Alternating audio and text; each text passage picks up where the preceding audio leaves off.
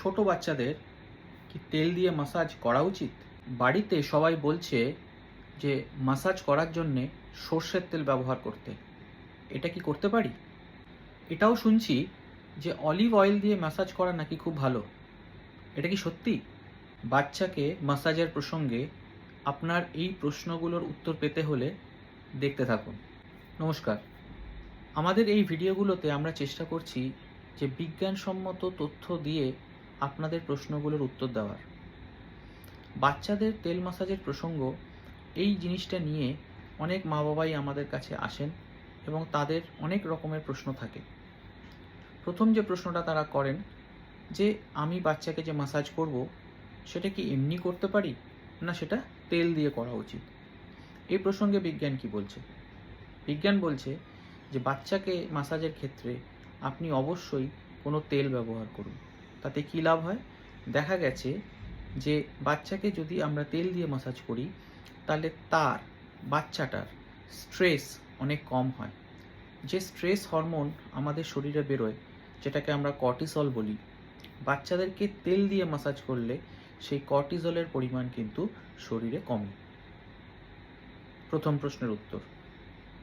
দ্বিতীয় প্রশ্ন, আমরা কি সর্ষের তেল ব্যবহার করতে পারি? অনেক সময় আমরা পরিবারে দেখি যে সর্ষের তেল ব্যবহার করার ক্ষেত্রে বাড়ির অন্য সদস্যদের একটা ভূমিকা থাকে।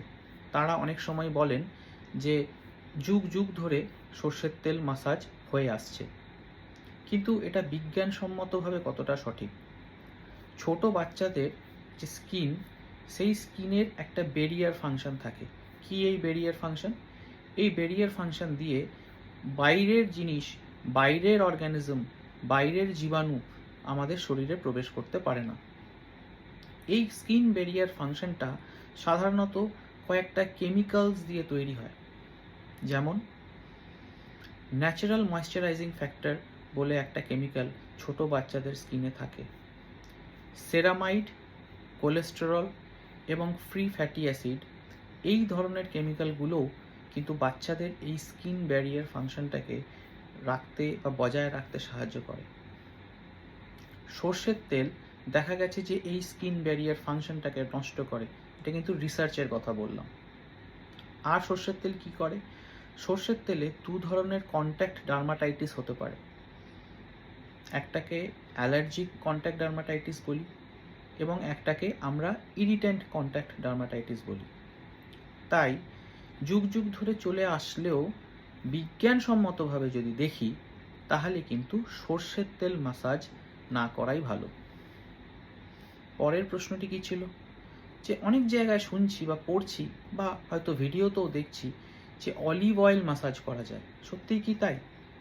এটা ঠিকই যে মাসাজ করার প্রশ্নে অলিভ অয়েল মাঝখানে খুব জনপ্রিয়তা পেয়েছিল, কিন্তু পরবর্তীকালে এটাও রিসার্চে দেখা গেছে যে অলিভ অয়েলের মধ্যে ওলিক অ্যাসিড বলে একটি মলিকিউল থাকে, যে মলিকিউলটি কিনা এই যে ফ্রি ফ্যাটি অ্যাসিড, যেটা কিনা এই স্কিন ব্যারিয়ার ফাংশনটাকে বজায় রাখার ক্ষেত্রে সাহায্য করে, সেই ফ্রি ফ্যাটি অ্যাসিডকে কিন্তু নষ্ট করে। সেই জন্যে এখন আমরা ডাক্তাররা আর অলিভ অয়েল মাসাজ করার কথা বলছি না। তাহলে আমরা কি তেল ব্যবহার করতে পারি? আপনি নারকেল তেল ব্যবহার করতে পারেন, আপনি সানফ্লাওয়ার অয়েল ব্যবহার করতে পারেন, বা আপনি মিনারেল অয়েলও ব্যবহার করতে পারেন। এটা আপনাকে নিজে থেকে কিনতে হবে না।